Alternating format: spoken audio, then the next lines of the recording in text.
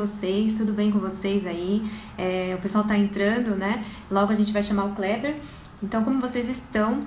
Oi, Vânia, tudo bem? Boa tarde, Vânia. Wellington, sejam muito bem-vindos.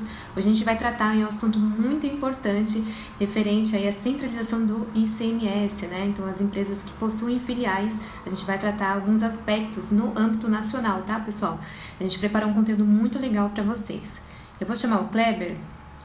Oi, Suelen, tudo bem? Como que você tá? Adilson, Wellington. Eu vou chamar já o Kleber para a gente começar o nosso conteúdo. Deixa eu ver o Kleber aceitando para a gente começar. Vocês estão ouvindo tudo bem, né? Vão colocando aí pra Fala gente. aí, Grazi. Oi, Tudo Kleber, bem? tudo bem com você? Excelente, sempre ótimo, né? Alto astral total. É verdade. Essa quarentena está sendo muito positiva sobre vários aspectos de projetos, também se tange a estudos, que eu acho que é muito importante. A gente realizou uma live, foi a live anterior, onde nós falamos sobre como utilizar e dedicar a nossa energia efetivamente nos projetos e como que a gente pode ser tão produtivo, né? É verdade. Então, muito legal. Seja muito bem-vindo aí, Kleber. Eu agradeço, Primeira imagina. Uma vez, boa tarde a todos vocês. Hoje estou no seu perfil, né? Que uma legal, recebi honra. o convite com muito orgulho. É Muito uma honra feliz de estar estar com com você você aqui, aqui. viu? Imagina, legal. Boa tarde a todos vocês que estão aqui. Você de uma forma muito gentil, sempre já agraciando as pessoas que aqui estão, falando muito bem. Bem, fico à disposição aí para que a gente possa dar início ao nosso bate-papo. E, enfim, você já fixou aqui o nosso assunto, o debate de hoje, de suma importância. Sim. Eu vi a sua exposição inicial.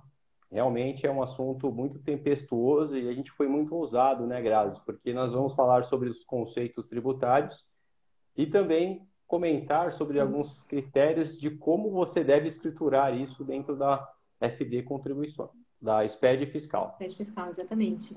E a gente preparou, né, o Kleber, um e-book muito legal sobre o âmbito nacional aí, para ajudar o pessoal, né? Então a gente está aqui em São Paulo, mas a gente fez um estudo aí referente a todas essas apurações, né, referente aos estados, né? Que a gente vai estar sorteando Exatamente. aqui. Então você que está participando da live, né? Pode mandar aí para os seus amigos, né? Que a gente vai disponibilizar aí um e-book muito legal para vocês. Inclusive, você gostaria já, Grazi, de falar como que vai funcionar esse sorteio do e-book, que é referente ao assunto, o tema qual nós vamos tratar durante essa live? Já gostaria de tratar com quem está entrando? Vou deixar para o final. O que que você gostaria? Não, já Eu vamos. sou anfitrião aqui. Vamos falar, a gente vai deixar aí disponível uma imagem, né, uma imagem padrão no nosso feed, né? E aí você vai precisar comentar e seguir tanto o Kleber como eu, né, no Instagram. E aí depois a gente vai fazer às 2 da tarde, amanhã, a gente vai fazer o sorteio de quem está seguindo. Tem que seguir todos os requisitos que a gente vai deixar no feed, tá, pessoal? Então a gente vai estar fazendo no ao vivo, eu vou fazer o sorteio no ao vivo e depois a gente vai enviar esse e-book exclusivo que a gente preparou para você por meio do e-mail, tá? Então, vocês fiquem atentos aí no Instagram. Exato. E esse e-book é muito interessante porque foi feito um estudo onde todas as unidades federativas se pratica ou não essa possibilidade da centralização. Então, olha que coisa maravilhosa. Você vai ter um e-book onde vai saber se é possível centralizar a sua apuração de ICMS. ICMS próprio, né? Muito bom deixar bem claro.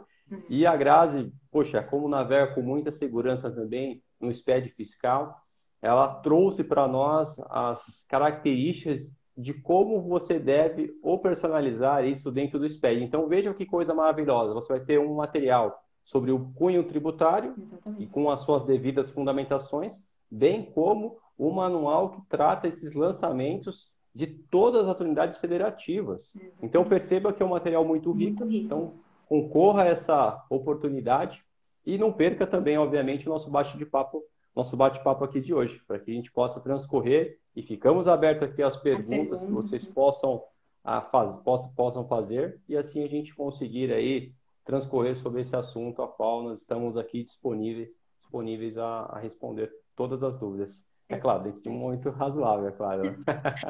Porque são todos muitos estados, né? Então, assim, a gente vai tentar colocar alguns pontos, né, Kleber, referente a alguns estados. Exatamente. No e-book tem todas as fundamentações e a gente preparou, igual o Kleber colocou, todas as regulamentos vão estar aí descrevendo aonde você deve ir no no SPED fiscal, por exemplo, fazer o seu registro, tá? Então, aqui a gente vai tentar tratar alguns estados, algumas coisas que a gente pontuou e, claro, a gente fica à disposição por caso vocês tenham alguma dúvida, né? Vocês podem aí colocar o estado de vocês, porque a gente pode tratar.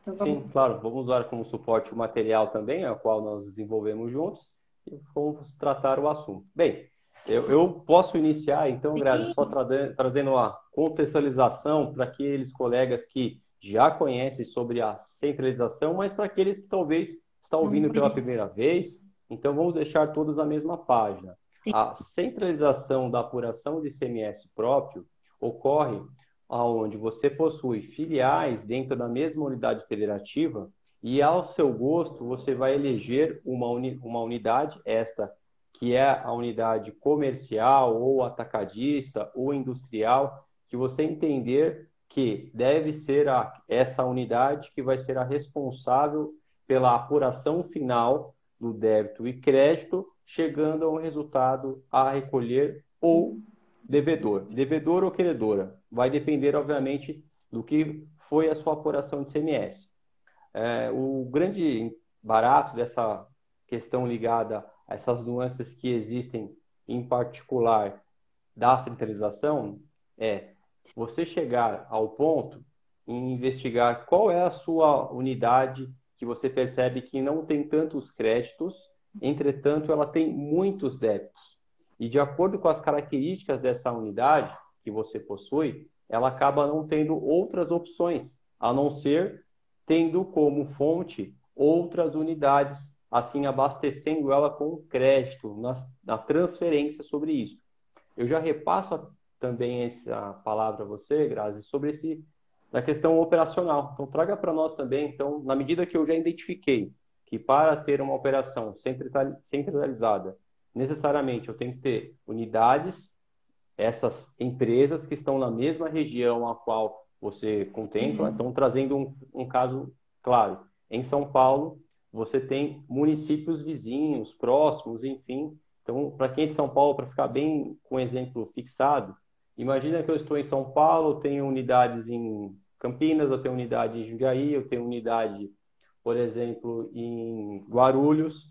E aí, por algum motivo, eu quero eleger Guarulhos como a minha unidade que vai fazer a apuração de CMS. Ela vai ser a A unidade centralizadora. centralizadora. Então, nesse momento, eu vou estar recebendo esses créditos. Mas conte para nós também, Grazi, como que eu posso ou personalizar e vamos dar nível de detalhe do CFOP, inclusive, que pode ser praticado nessas operações. Isso aí. Aqui no estado de São Paulo, pessoal, é descrito na portaria CAT 116 de 2008, tá? Então, lá vai trazer todos os procedimentos que deve ser feito referente a esse tipo de operação, tá? O CPP que a gente utiliza, a gente tem que identificar quando se trata aí de uma transferência de saldo credor, a gente vai tratar como 5602. Quando a gente tratar uma transferência devedora, a gente vai tratar como 5605, tá? A portaria CAT, ela traz vários tipos aí de pontos, pontos chaves aí. Eu coloquei aqui, até deixei anotado uma portaria, na portaria CAT 115, o parágrafo único, ele fala assim, né? Que os contribuintes que possuírem aí mais de 20 inscrições, né, não, minto, 20 estabelecimentos, né? Ele pode fazer aí a portaria CAT da opção, essa portaria CAT estamos tratando de São Paulo, tá, pessoal? Só para deixar claro. Exato. É claro que a gente vai tratar alguns aspectos do Estado, mas a gente está falando São Paulo, tá? Então, essa portaria CAT, ela fala aqui, o contribuinte que possuir mais de 20 estabelecimentos centralizados, o lançamento previsto aí poderá ser feito englobando, né? Só que aí ele fala, né? O fisco ele orienta que tudo bem, você vai poder englobar, só que você vai deixar aí, manter à disposição do fisco, caso ocorra, né? Perante uma fiscalização, a nota fiscal, o valor do recebido, né, da transferência, tanto do saldo credor quanto do saldo devedor, para cada estabelecimento, tá? Então, é um ponto importante. Então, você que trabalha, a gente estava até conversando, né, Kleber? Empresas que Sim. têm muitas filiais, um ponto de atenção, né, a centralização, por conta de tudo que você falou sobre os débitos, você conseguir aí centralizar os saldos credores para que uma, né, efetue um pagamento é de extrema importância. E por isso que eu estava lendo a portaria CAT, por isso que eu trouxe aqui para vocês que sim, então se as empresas possuem grande quantidade de inscrições, o Estado de São Paulo ele dá aí uma parte de englobar, só que visto que você vai precisar aí estar fiscalizando, por conta de uma fiscalização, né, você deixar aí todas as suas notas fiscais, tudo certinho para que você consiga apresentar caso seja solicitado. Então, achei um ponto bem Não, interessante. com certeza. Em regra também, utilizando como fonte de sabedoria São Paulo, em especial, mas para aqueles que não são de São Paulo, calmem. A gente vai tratar também sobre os estados, mas vamos usar como jurisprudência São Paulo, até porque nós temos bastante material sobre isso, resposta à consulta, a própria portaria CAT, que é muito clara em relação ao que se tange ao assunto em questão, mas de suma importância destacar também um ponto que talvez deixam passar um detalhe. Porque o livro modelo 6, que é o livro a qual você tem que ter as ocorrências, é importante destacar que aquela unidade, aquele estabelecimento, efetivamente é o estabelecimento a qual foi elegido ao todo daquelas outras filiais como a empresa que vai apurar de forma centralizada. Então é importante também esse detalhe, porque se o fiscal for fiscalizar a sua empresa, ele quer saber qual que é a empresa a qual realmente eu devo focar no ICMS. Porque percebam que quando você tem uma filial que ela não apura fielmente e faz os seus recolhimentos por ela, o fisco precisa saber aonde que está esse pagamento. Então, sinalizado que o recolhimento foi centralizado em uma unidade pontual, em um estabelecimento, faz com que o fisco também tenha condições de ter esse nível de detalhe. É bem interessante, Kleber. A gente também vê a questão do fisco, né? Como que ele está se posicionando também, né? E em pesquisa eu tive aí uma resposta à consulta, é a 698 de 2005, ele posicionou quanto às transferências, né, de saldos, e ele deixou bem claro que as transferências, elas podem ocorrer, né, mas quando efetuar uma transferência de um saldo devedor, ela não pode ser parcial, diferentemente de um saldo credor. Então, isso também é um ponto de atenção a nós profissionais, né? Que não pode, assim, um mês você fazer de um jeito, outro mês você fazer de outra maneira, né? Então, na resposta à consulta 698 de 2005, o fisco se orientou claramente, ele colocou claramente sobre esse aspecto, que quando haver aí um saldo devedor, ele deve ser centralizado, né, transferido o total, ele não pode fazer o parcial, como é o saldo do credor. Então, esse é um ponto muito importante também, né, para que a gente não esqueça, e é o que você falou, a gente centralizar, a gente não pode ficar brincando, né, com cada instituição estadual. Quando convém, né? Quando convém, você acaba. Por isso que é um projeto a qual você precisa ter muito cuidado e fazer uma avaliação criteriosa para que você efetivamente tenha um ganho. Eu percebo que, por exemplo, me vem à cabeça um tipo de negócio que é comum ter bastante, é supermercados. Supermercados, por exemplo, tem muitas unidades estabelecidas na mesma região, às vezes. Mas você começa a perceber que, eventualmente, uma acaba vendendo muito mais do que a outra, por algum motivo. E ela está precisando cada vez mais de crédito.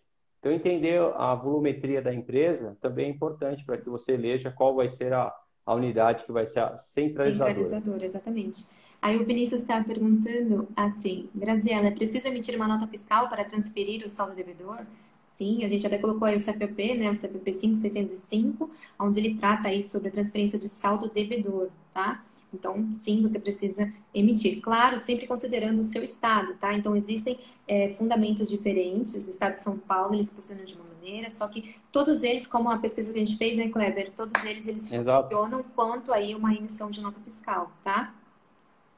Em regra, é de fato isto, e eu até mesmo só para fechar o assunto de São Paulo, daí sim a gente pode já falar um pouco mais dos demais estados, né? Mas para ter esse nível de detalhe, deixa eu passar para vocês algo bem importante no que se tange a questão ligada com a questão do prazo. Porque, assim, em São Paulo, de acordo com a portaria CAT passado pela Grazi, Portaria CAT 115/2008, artigo 2º, parágrafo único, ele também remete sobre a condição a qual essa nota fiscal deve ser emitida. Então, a previsão que é destacada para que assim você o faça, essa nota deve ser emitida até o dia 9 do mês subsequente ao da apuração. Então, percebam que, neste momento, é importante vocês estarem atentos a que momento você deve emitir esse documento fiscal, especificamente com o CFOP 5605, onde você transfere esse saldo para a unidade que foi a centralizadora. E assim, a gente já pode dar sequência no que se tange agora, sabendo que eu tenho a possibilidade de centralizar, sabendo que eu tenho que emitir um documento fiscal. Então, a primeira, digamos, operação, digamos que já está quase chegando ao final, que eu tenho a declaração acessória. Fiz uma, que seria a nota. E a outra declaração acessória é o SPED fiscal, Grazi. Como é que fica lá dentro? Então, vamos lá. Eu pontuei alguns estados, tá, para vocês. Claro que no nosso e-book ele vai estar todos os estados aí e também levando os registros. O levantamento desses estados, o que aconteceu, né? A gente estava até conversando antes, né, da live, né, Kleber, sobre o registro do FD. Então, o registro do FD, que trata aí sobre a apuração, que a gente já sabe, é o E110, que refere-se à apuração, né, do imposto do ICMS. Então, lá no FD ICMS IPI, ele trata do registro E110, certo? E o E111 refere-se aos ajustes feitos mediante aí a apuração do ICMS. Alguns estados, eles se posicionam quanto ao registro do E110 e do E111. E cabe lembrar aí que existem alguns aspectos e alguns estados que já se posicionam também, seguindo aí o guia prático que a gente tem do FD-ICMS, né? E também até mesmo de perguntas frequentes que a gente foi atualizada agora em abril. Eles trouxeram a obrigatoriedade do E113. O que é o E113? É o detalhamento da nota fiscal. Né, Kleber? Como a gente estava conversando aqui. Exatamente. É de suma importância isso, tá, pessoal? Porque o nosso validador, como eu sempre trato aqui no grupo, né, de mentoria e também aqui no Instagram, o validador PVA, ele não vai validar a operação. Então, isso que a gente tem que deixar muito claro aqui, né? O guia prático, ele traz as suas fundamentações. Existem estados aqui que se posicionaram exatamente o que o guia prático colocou, é isso que deve ser feito. Existem outros estados que se posicionou quanto ao registro. Informe só o E110 e o E111, por exemplo, né? Mas é o que a gente estava conversando, né? O guia prático, ele já é de âmbito nacional, né? Então, a gente tem que considerar ele como lançamento. Ainda que o PVA assim não exija aquele lançamento. Então, até dando sequência no que se tange essas questões operacionais dentro do próprio PVA, é importante destacar o seguinte. Então, imagina que quando você receber esse documento fiscal, você, empresa que é a centralizadora, que você recebeu notas fiscais das suas outras unidades, você vai escriturar. No primeiro plano, sem dúvida nenhuma, as pessoas vão pensar que vão registrar esse documento fiscal recebido, porque é uma entrada. Então, no primeiro plano, as pessoas acham que é no bloco C, mas já foi também afastada essa necessidade por meio também de orientações do manual. Depois a gente até pode compartilhar com as pessoas como ele é tão taxativo em afastar esse lançamento e deixando em evidência de que esse lançamento deve ocorrer dentro do registro bloco em especial e seguindo esses critérios. Como a Grazi mencionou, até inclusive antes de começar a tratar esses assuntos, nós fizemos simulações também, ao passo de investigar se o bloco específico e 113, se ele tem uma obrigatoriedade.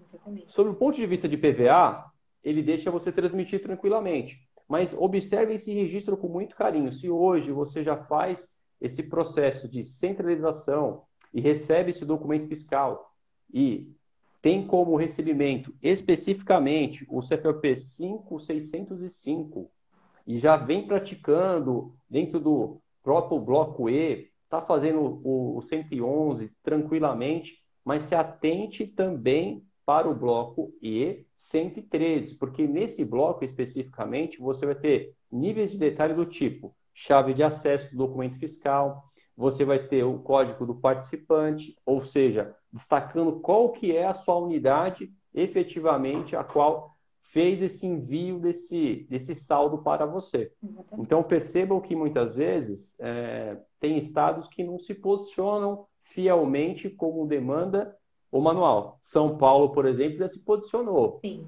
Já começou a notificar algumas empresas, alguns clientes a qual nós acompanhamos, prestamos as consultorias tributárias, vem sendo também notificado sobre a falta desse registro em especial. Exatamente. E pessoal, se vocês quiserem colocar o estado de vocês aí, de onde vocês estão falando, né? A gente vai tratar Claro. alguns pontos aqui.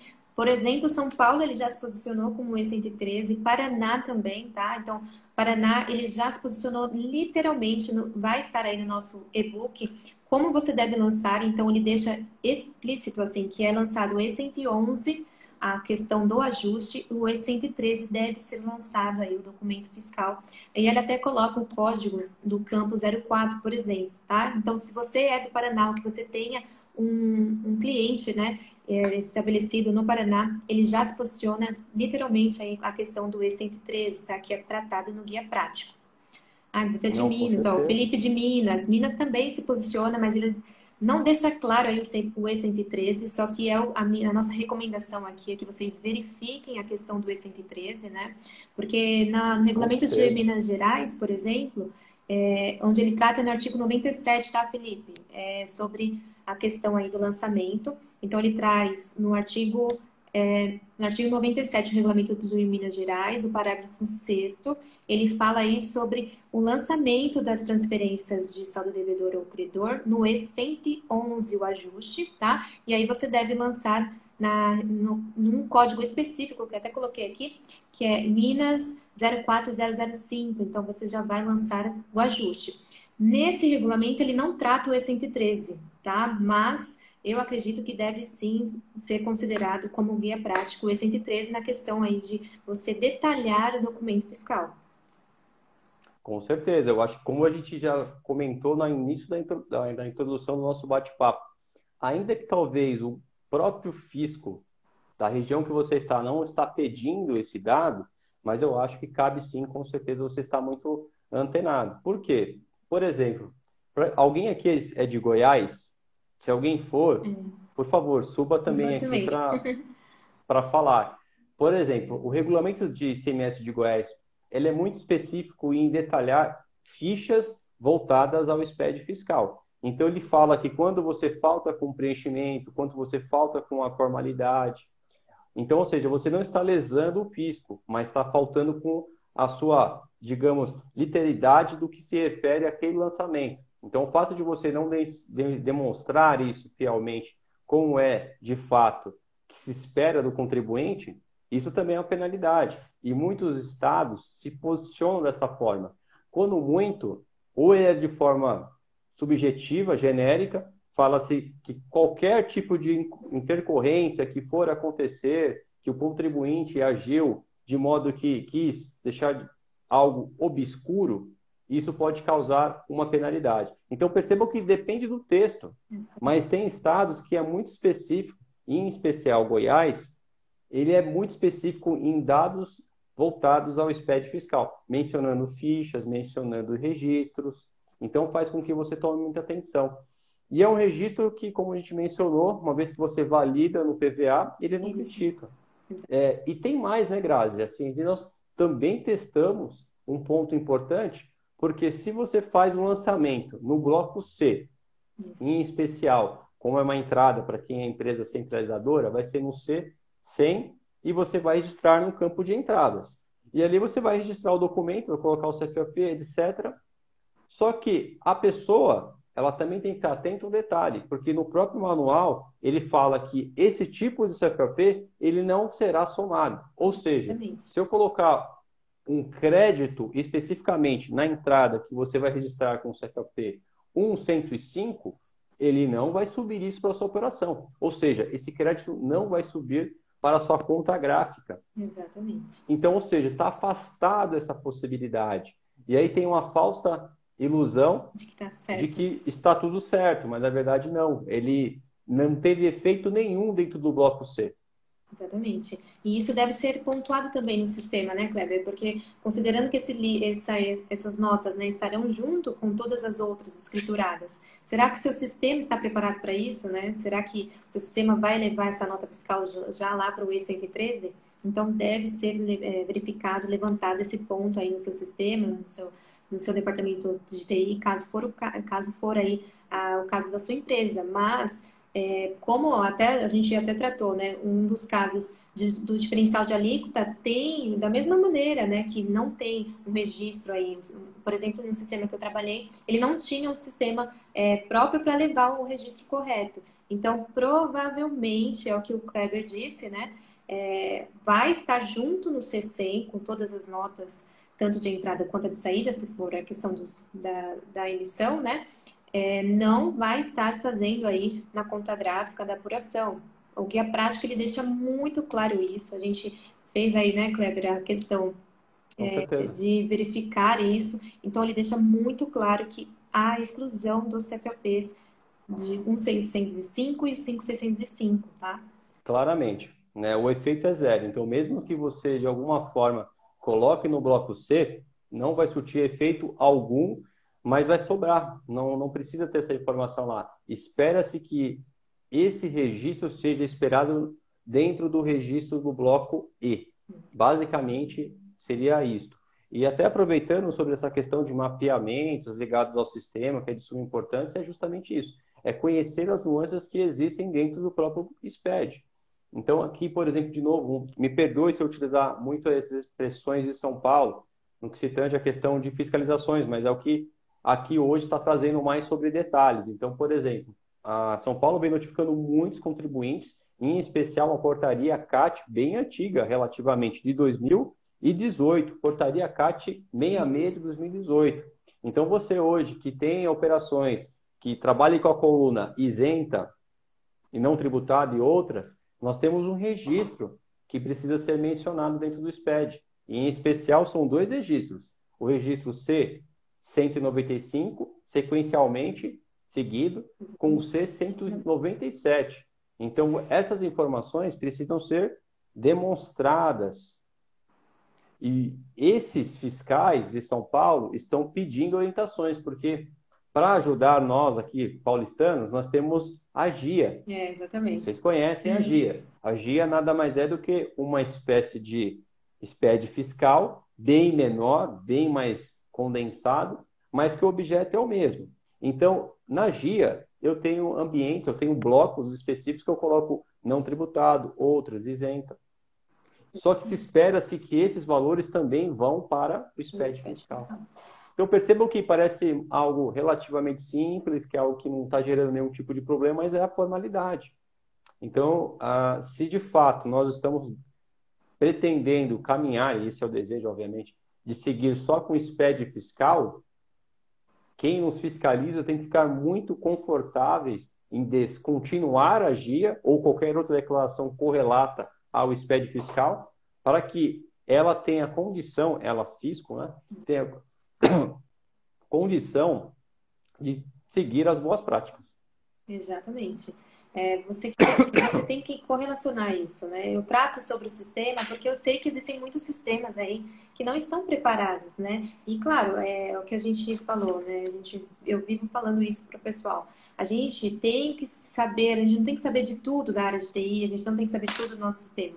Só que a gente tem que tentar passar essas informações aos nossos correlacionados, ao nosso sistema, né? Porque é a gente que está na frente, a gente que faz todo o preenchimento do SPED fiscal, né? E é o que eu sempre digo, se existe o registro no FD, é por algum motivo, né? Então, assim, o Fisco ele nunca deixaria lá um registro já pronto para isso. Até um dos testes que a gente colocou aqui para fazer o e-book foi, eu fiz o teste com o E110 e o E111, como muitos estados Exatamente. funcionam, e quando eu abri o E113, validou normalmente. Quando eu abri, ele estava todo vermelho, né?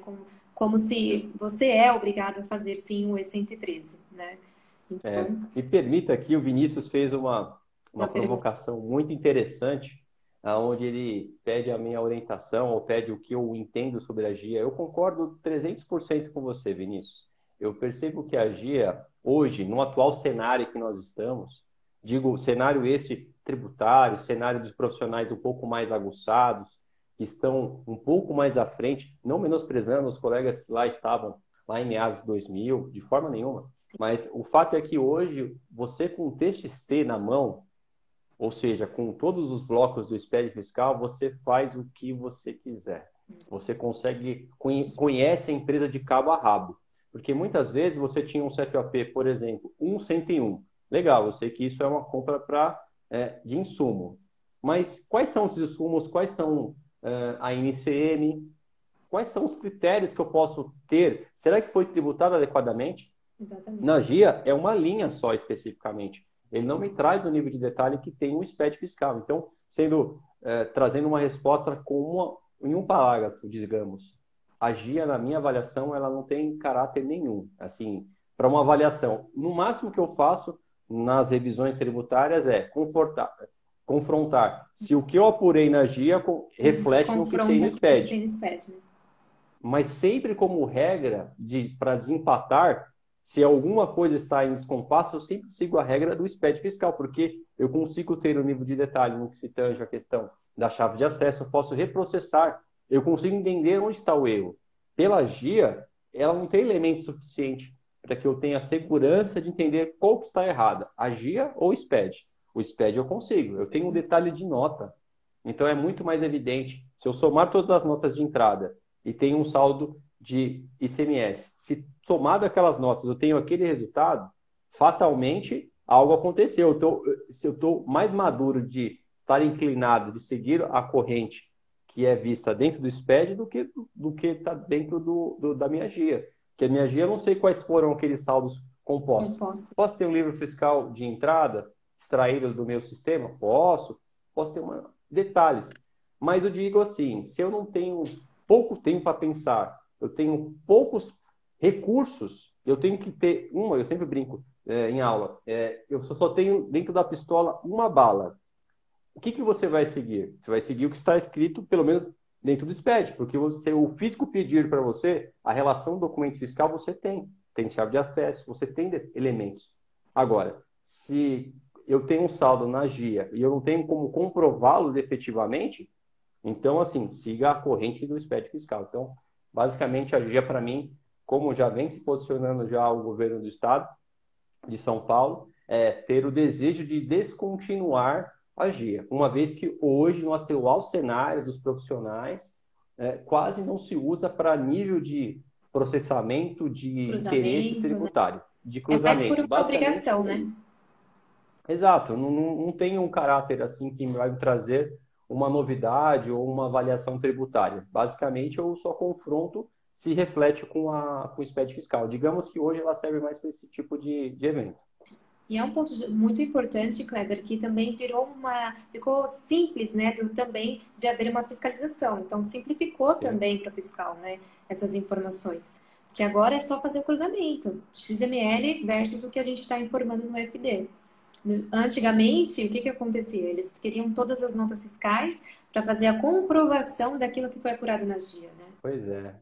E um dado interessante é que, assim, realmente já foi exposto pelo fisco, e não só o fisco de São Paulo, como qualquer outro fisco, que, assim, você, como contribuinte, deve guardar todos os XMLs, porque o XML pode ser pedido, né? Então, acaba sendo mais interessante você arquivar isso eletronicamente, porque no passado, como você mencionou, o fisco, ele, de forma aleatória, ele queria saber como que você compôs o saldo de um determinado CFOP. Hoje, não. Hoje eu consigo, o fisco na distância, entender quais foram as suas composições, né? Eu já participei de uma fiscalização que o fisco ele já veio com todos os gaps. Assim, olha, vocês estão aqui, errou aqui, errou aqui, errou aqui, está faltando isso, isso e isso. Então, hoje está muito mais fácil, muito mais simples. Hoje o fiscal não precisa falar assim, não, como você fez a composição? Hoje ele vai literalmente fazer um confronto, né, de tudo que foi emitido contra o CNPJ versus o que foi escriturado no FD, né? O nosso amigo aqui, ele faz uma pergunta legal. Opa, meu amigo Hernandes, saudações, meu amigo Hernandes. E aí, Hernandes, tudo bem? É muito legal, porque essa parceria, assim, no passado recente, nós temos como parceiro o contador e advogado. E agora chega outra figura que é o parceiro TI. Não tem a menor dúvida disso.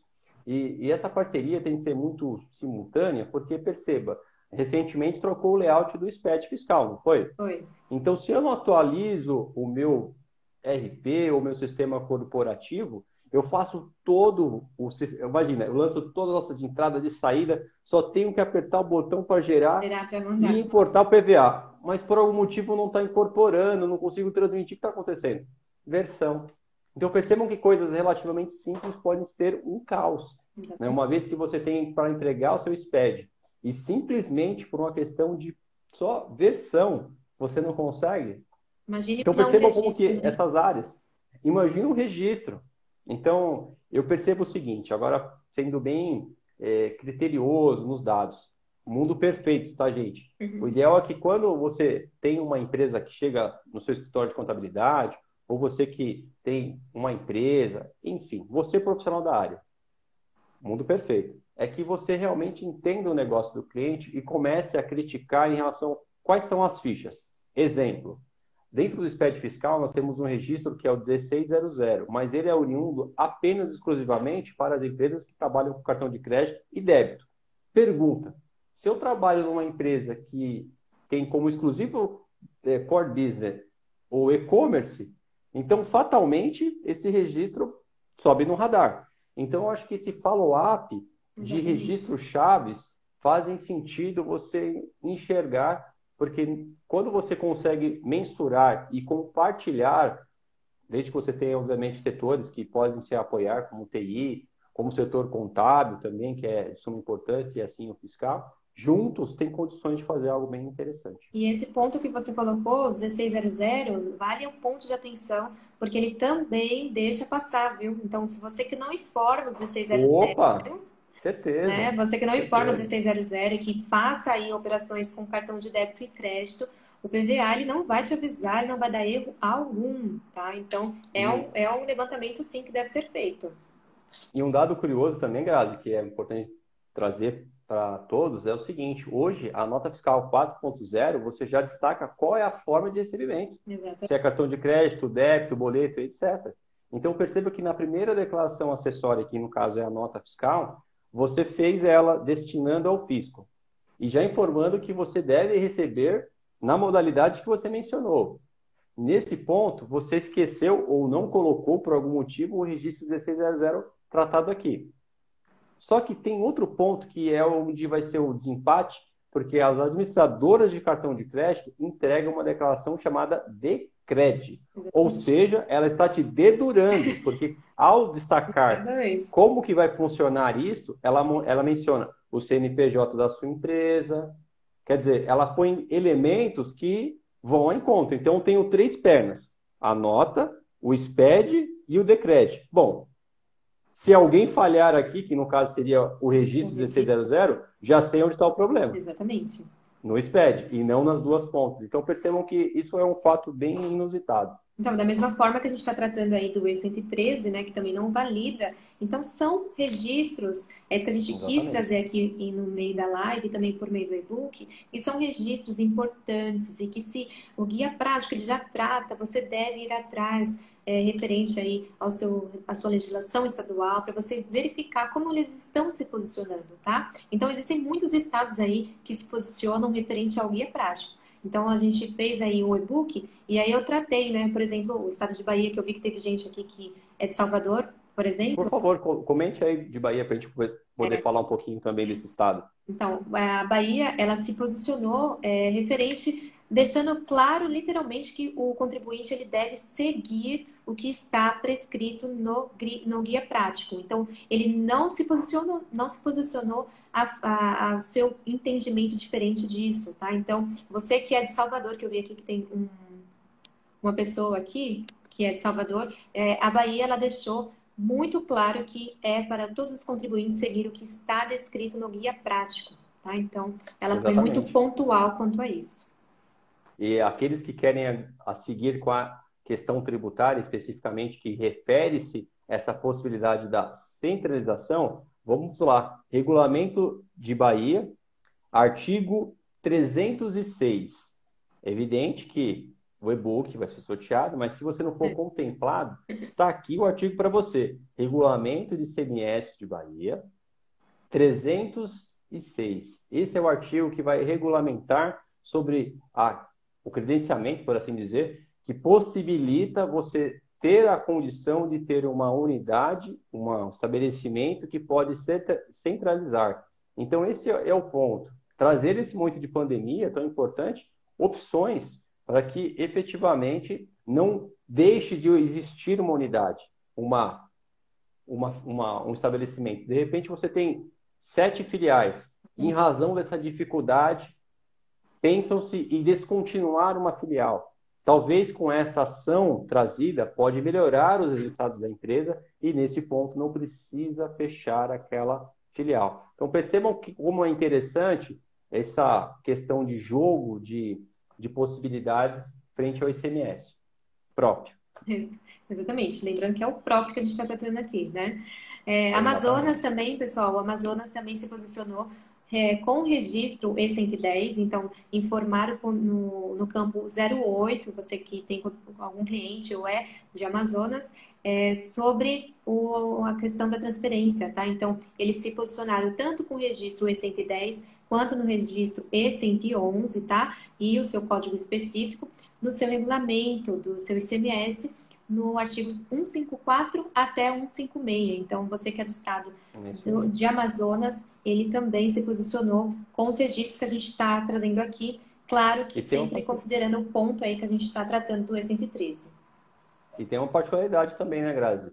Porque, assim, nesse caso específico aqui de Manaus, de Zona Franca de Manaus, enfim, ele trata a respeito do seguinte, veja só, a centralização da escrita fiscal só poderá ser efetuada se houver autorização prévia nas condições do estabelecimento. Então, nesse caso específico, existe já uma direção por meio do Estado, aonde tem que ter uma autorização, que não é o que reflete nos demais estados. Exatamente. Então, percebam que existe essas particularidades, mas o material está excelente. Teve uma pessoa aqui que perguntou, Kleber, deixa eu até... Perguntou sobre se existe um processo a ser feito, né? Então, existem alguns regulamentos que trazem... Aqui, ó. Precisa fazer algum processo no Cefaz ou somente a nota fiscal? A Suelen Borges que perguntou. Sim, bom, o elemento que nós trazemos é o documento fiscal, já é o suficiente, seguido com a sua manutenção no livro fiscal modelo 6, para que você caracterize o caso que a empresa centralizadora é a tal. Basicamente é assim. Mas tem alguns estados que se posicionam de forma contrária, que tem que ter um aviso prévio, tem que ser informado, tem que ter um processo administrativo como fosse um regime especial, por exemplo. Mas não é todo estado que se posiciona dessa forma. Então, é importante, de acordo com as regulamentações que nós vamos deixar no e-book, para que vocês possam também ter essas dúvidas. Mas estão curiosos? Querem saber se o seu estado, especificamente aí, ele pode ou não pode? Temos todas as unidades federativas, aproveitem. Exatamente. Você que quer participar do sorteio do e-book, a gente vai deixar a imagem no nosso feed, né? Com alguns requisitos que vocês devem fazer. E aí, amanhã, a gente já vai fazer o sorteio para vocês e vamos enviar por e-mail, tá bom? E aí, a gente pode caminhar para o pessoal, a gente vai deixar disponível no feed.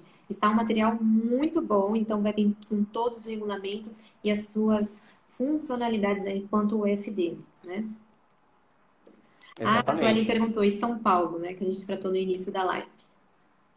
Sim, São Paulo realmente não tem nenhuma manifestação clara sobre essa obrigatoriedade, seguido só com a emissão do documento fiscal e as boas práticas dos livros, no caso do livro, do modelo 06, que vai condicionar a questão ligada com a possibilidade de você colocar que você é a centralizadora, mas mais para fins de fiscalização. O livro modelo 6, que eu sei que muitos devem talvez pensar, que livro é esse? Aonde está ele? Porque se a gente olhar para trás, assim, esse é um livro a qual a gente vai... Vamos por eliminação. O livro fiscal de entrada não existe mais, porque é o SPED. O de saída é a mesma coisa. A apuração de CMS também. A apuração de IPI, a mesma coisa. Aí você fala, e agora? E o livro fiscal modelo que talvez as pessoas nem conhecem também, modelo 3, que é o voltado com a questão da produção Esse ainda, por incrível que pareça, que eu sei que ninguém tem, mas ainda por enquanto, quem não entrega o bloco K na plenitude, esse registro, esse livro ainda permanece. Mas, em regra, o livro fiscal mais comum, que ainda não vai ser descontinuado, e eu acho bem improvável que assim aconteça, é o livro modelo 6, como foi colocado aqui pelo meu amigo Marcelo. Isso aí. Exato. Esse livro é o livro que você deve mencionar qualquer tipo de ocorrência que acontece com a sua empresa. Ele era mais utilizado, Grazi? Você que é jovenzinha?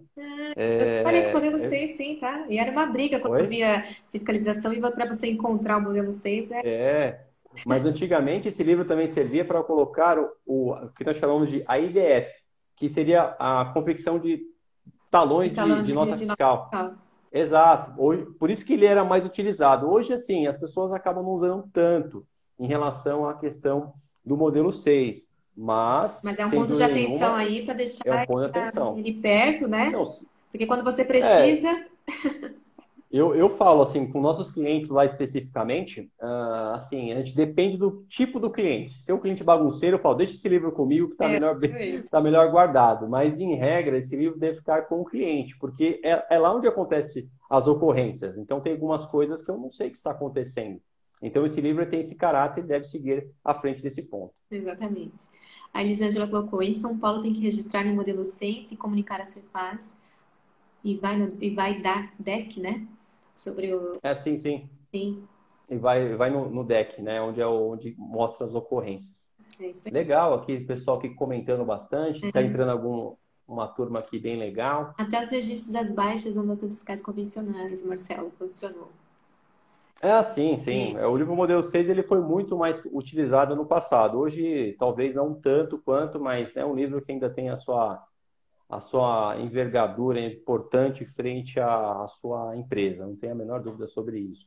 e é um ponto de atenção em questão de estar com ele, né? Porque quando necessita, você já ter ele em mãos, né? Porque geralmente ele é o que a Sim. gente, A primeira coisa que o fiscal vai o fiscal vai pedir, né? A pedir primeira coisa. e você. E é legal.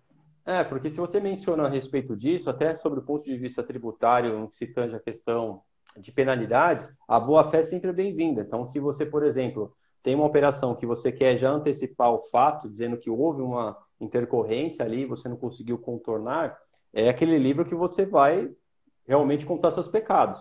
E ali onde você vai antecipar. E o fato de você antecipar algo, óbvio que a sua penalidade vai ser diferenciada. Isso vai ser considerado. Exatamente. Kleber, a gente está faltando uns 10 minutos para a gente terminar a live. Vamos fazer um resumo do que a gente tratou, até porque entrou bastante gente. Claro. Perfeito, perfeito. Então a gente Bem, vamos falar então. pode Quer falar. falar? Pode falar, pode falar. Não, pode Não, falar. eu ia só falar sobre a contextualização a respeito da centralização. Então, a Isso. centralização do ICMS próprio se dá em relação a você ter outros estabelecimentos dentro do mesma unidade federativa a qual você está. Nós demos exemplo de São Paulo, mas pode seguir exemplo de qualquer outra unidade federativa. Se você está, por exemplo, em Porto Alegre, é verificar quais são os municípios que estão dentro desculpa, está em Rio Grande do Sul. E aí você tem Porto Alegre, você tem outros municípios que estão dentro dessa caixinha que seria Rio Grande do Sul. Beleza. Feito isto, avaliar qual das estabelecimentos você vai eleger como a empresa centralizadora. Entendido isto, o próximo passo é que você faça um documento fiscal, e esse documento fiscal cada estabelecimento vai emitir para essa centralizadora, e o CFLP é o 5605, Isso. e fechando essa apuração dentro do SPED fiscal, e aí você tem os procedimentos. Eu vou passar a palavra para você também para concluir, para não ficar 100% eu dentro desse contexto. Sim. Então, tratando aí do EFD, a gente deve ser registrado aí no E, então no E110, onde refere-se à apuração do EFD-ICMS. O E111 ele vai trazer o ajuste dessa transferência, né, desse valor. E a gente pontuou muito aí sobre o E113, que o guia prático ele traz a sua funcionalidade, né? Então a gente tratou aí que a gente fez alguns estudos, a gente fez aí algumas pesquisas e até mesmo a gente validou essa questão no próprio PVA. Então, o registro E113, ele, no guia prático, ele informa sobre o detalhamento dessa nota fiscal efetiva dessa transferência, tá?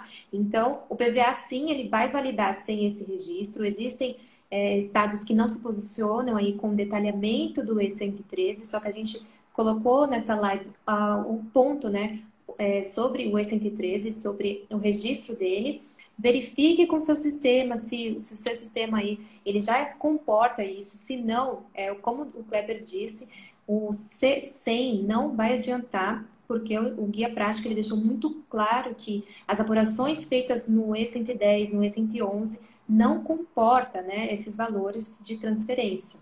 Então, a gente deixou alguns pontos de atenção. A gente também preparou a gente preparou um e-book, né, referente a todos os estados, com todas as informações regulamentadas e também como o estado está se posicionando quanto a esses registros, tá? Então, a gente vai disponibilizar em sorteio esse e-book, que ficou maravilhoso, né, Kleber? Assim, você só vai clicar no link e você já vai ter acesso a como registrar aí no seu estado. O pessoal está falando aqui. Live muito boa, esclarecedora. Muito obrigada. Obrigada, Vânia. Obrigada eu por estar aqui. Marcelo, a validação de dia virtual IFD em São Paulo é um dos campos que gera erro, exatamente.